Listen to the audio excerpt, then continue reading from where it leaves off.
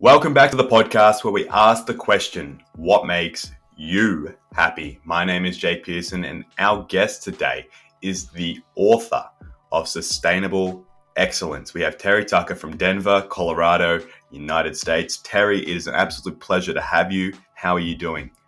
I'm great, Jake. Thanks for having me on. I'm looking forward to talking with you. I'm looking forward to talking with you about all things that make you happy. Terry, could you please start with that? What does make you happy? The thing that makes me happy now, and this has really been crystallized by the last 10 years, I've been dealing with cancer that has caused me to have my foot amputated, my leg amputated, and continuing to be treated for tumors in my lungs. And what makes me happy is what I call my 3 F's, which are faith, family, and friends. I have a very deep faith in God. I have a great family, a wife and a daughter. I have a mom who's still alive. And my friends have really kind of supported me, surrounded me, and really kind of uplifted me during these last 10 years. So faith, family, and friends are the things that make me happy right now. Well, thank you for sharing that, Terry. When did you realize that the 3 F's were sort of that pillar in your life?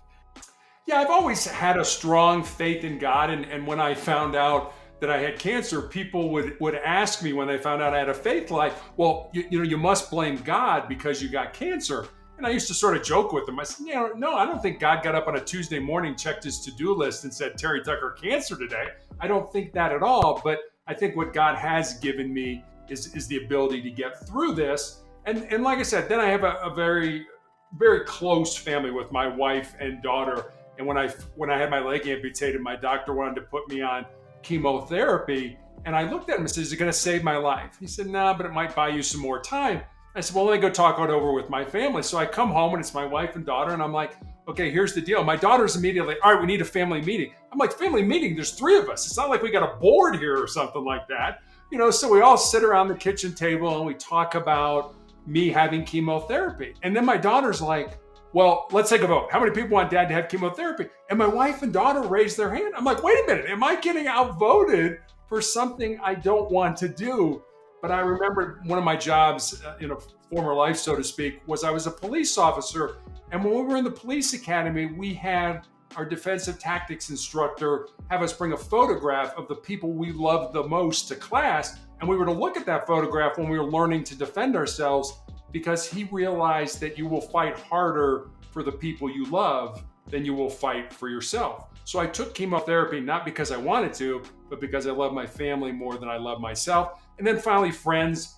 Friends is just a situation where I think you find out who's really in your corner when you're faced with something difficult like cancer in your life. And I've been very blessed to have some great people support me through this journey. We really appreciate you sharing that, Terry. It is, I can't imagine what you're going through, and it's amazing to see how much of a smile you still have on your face, yet what you're going through is something really unthinkable.